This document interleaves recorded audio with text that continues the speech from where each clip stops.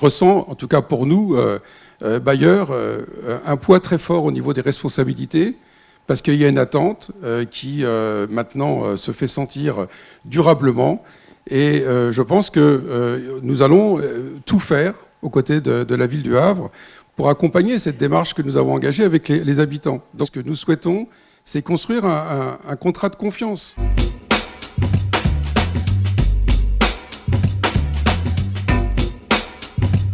Le Havre, c'est Applemont, c'est ma ville, c'est mon quartier. Voilà, je suis né ici, je suis né au Havre, je suis né à Applemont, ma famille est née au Havre, ma famille est née à Applemont. Si ça continue comme maintenant, il n'y aura plus d'Applemont.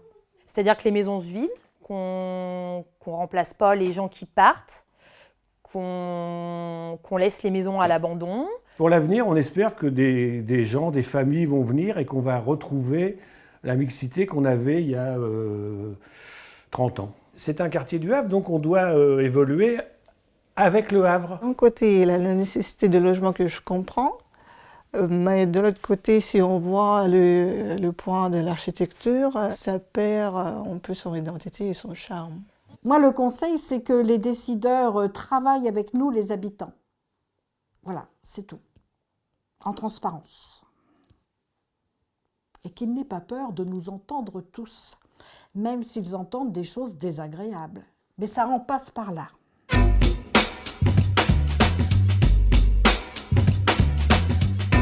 Bonjour, alors moi je suis Annie Lamardu. Applemontais depuis 37 ans. Je m'appelle Valérie Lemierre, j'habite avenue des Dahlias. Ça fait 7 ans que j'habite à Applemont. Je viens d'arriver dans le quartier. J'ai 22 ans. Si à mon âge je fais une demande d'appartement, on va mettre au Bois de Bléville ou à Coquerieuville, parce qu'à Applemont, il n'y a pas d'appartement. Donc si vous voulez de la jeunesse à Applemont, c'est pas en laissant vos maisons, parce qu'à mon âge, à 22 ans, louer une maison, j'ai pas les moyens. La priorité principale, je veux dire, c'est déjà de réhabiliter nos pavillons qui sont fermés. Déjà, si on réhabilite ces pavillons-là, on met déjà des familles, des jeunes avec des enfants. On ne serait pas en train de se battre actuellement parce qu'on ferme nos classes dans les écoles.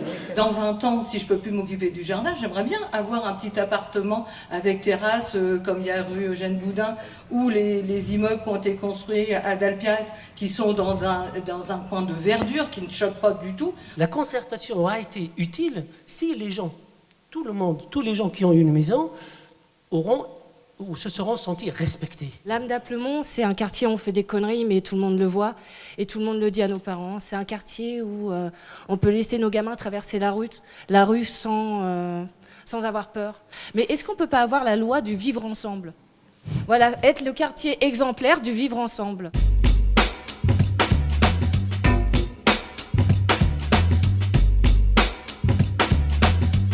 Je pense qu'effectivement, il y a des grandes parcelles, il y a des très grands jardins, donc des grandes parcelles de terrain qu'on pourrait effectivement reparcelliser et reconstruire. Des petits blocs qui pourraient être sur 2 étages, où pourraient cohabiter 4 familles.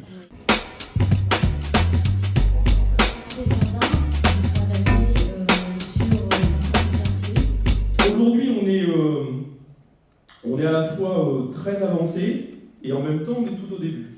Et la réunion ce soir, c'est pour voir justement si on est bien d'accord sur un certain nombre de pistes. Je vous ai beaucoup écouté, j'ai cherché à comprendre ce qui s'était passé, je me suis beaucoup promené dans votre quartier. Je crois avoir ressenti ce que vous ressentez par rapport à votre quartier.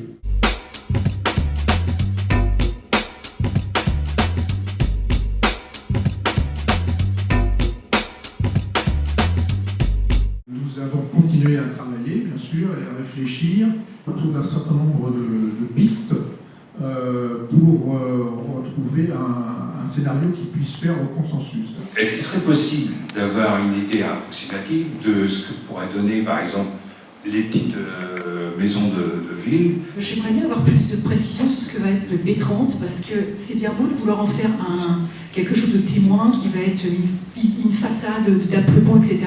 Mais une fois qu'on l'aura en face, voilà, ça sera fini, quoi.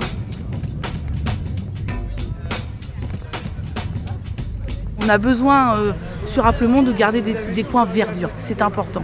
C'est aussi, comme on veut garder l'esprit jardin sur le secteur, c'est d'avoir un quartier où les gens puissent se balader facilement, aussi bien à vélo qu'à pied. Applemont est quand même un quartier très particulier au Havre.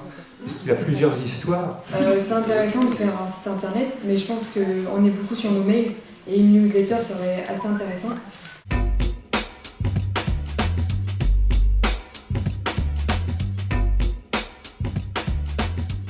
Vous nous avez dit qu'il fallait rénover le quartier sans perdre son identité.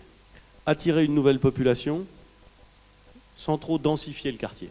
Vous avez insisté beaucoup, ce que je comprends parfaitement, sur la nécessité de permettre à toutes les générations de s'y installer ou d'y rester.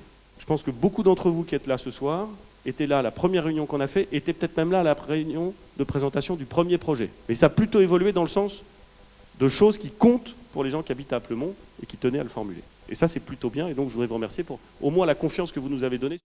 S'il y a effectivement une relation d'écoute avec les citoyens d'un territoire, eh bien, du projet peut se fabriquer. Maintenant, être jugé aux actes. On a fabriqué le projet, maintenant à nous d'agir et de montrer que finalement ce que nous avions dit se passe réellement.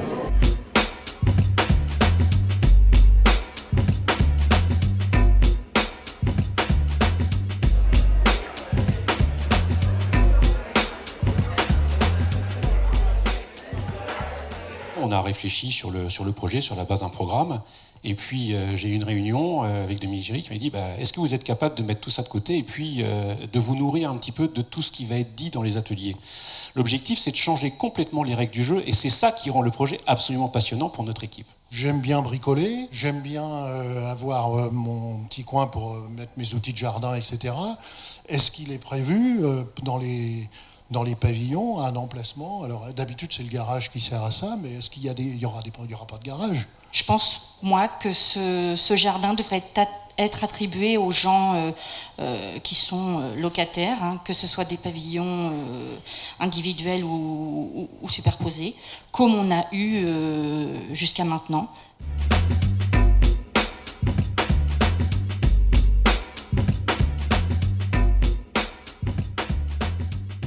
La dernière fois, j'ai bien écouté ce qui a été dit, j'ai même tout noté.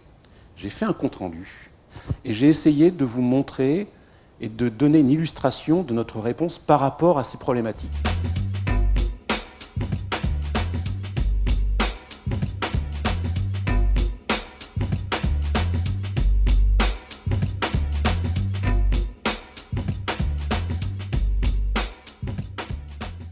J'étais un petit peu bavard, mais je ne pouvais pas l'être moins. La présentation des grandes orientations du projet à ce jour. Merci beaucoup.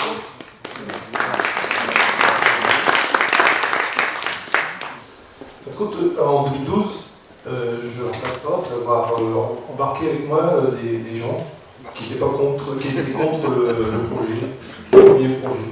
Celui-là me paraît hyper sympa. Là, on ressent la cité jardin qui va revivre. Donc je tenais à vous remercier, M. Géry, de nous avoir écoutés. Madame Minez qui représente la mairie aussi, donc je les remercie. Et puis bravo à M. l'architecte, parce que pour l'instant, je pense que ça va faire l'unanimité.